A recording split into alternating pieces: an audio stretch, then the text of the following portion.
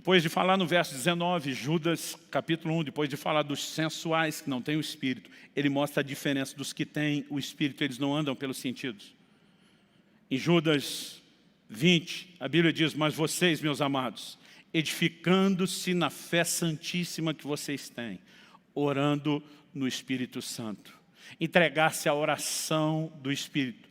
E aqui não é apenas orar por inspiração dele, eu colocaria principalmente a linguagem sobrenatural de oração do Espírito Santo. Orar em outras línguas traz edificação da fé. O Espírito de Deus quer nos levar a um lugar, a uma experiência profunda de fé, onde nós vamos vivendo intervenções cada vez maiores, milagres cada vez maiores. Nós podemos chegar ao nível de uma fé que move montanhas. Agora, observe comigo, Zacarias capítulo 4, versículos 6 e 7. Deus levanta o profeta para dirigir uma palavra a Zorobabel, que era o governador de Judá, na restauração, no período pós-exílio de Babilônia.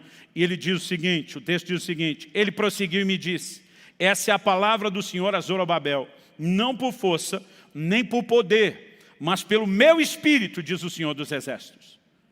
Deus está dizendo, não é o seu esforço, a sua força, a sua capacidade, não é o poder humano. Deus está dizendo, é pelo meu Espírito. E ao que eu e você precisamos entender que viver a vida cristã não é diferente. Nós não estamos confinados aos nossos recursos ou à nossa força, ou melhor, à falta de força.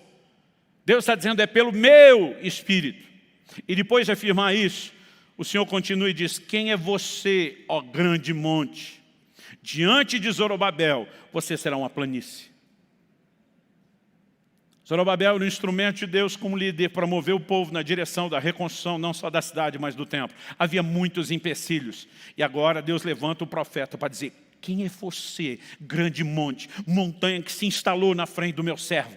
Ele diz, você será transformado numa planície, que Deus está dizendo, esse monte será movido, esse obstáculo será removido, haverá uma intervenção sobrenatural, porque montanhas não saem andando por aí sozinhos. Como eu e você podemos, diante de um grande monte, ver se estabelecer caminho livre, uma campina.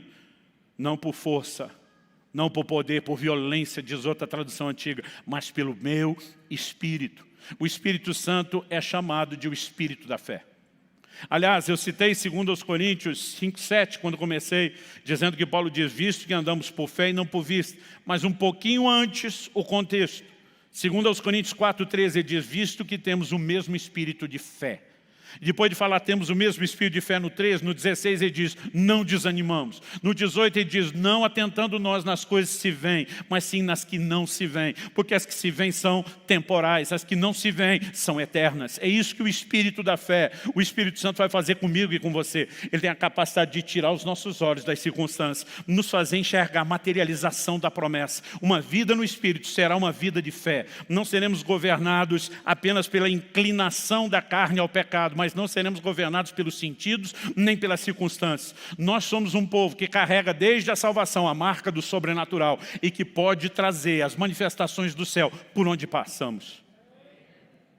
Mas para isso precisamos andar no Espírito.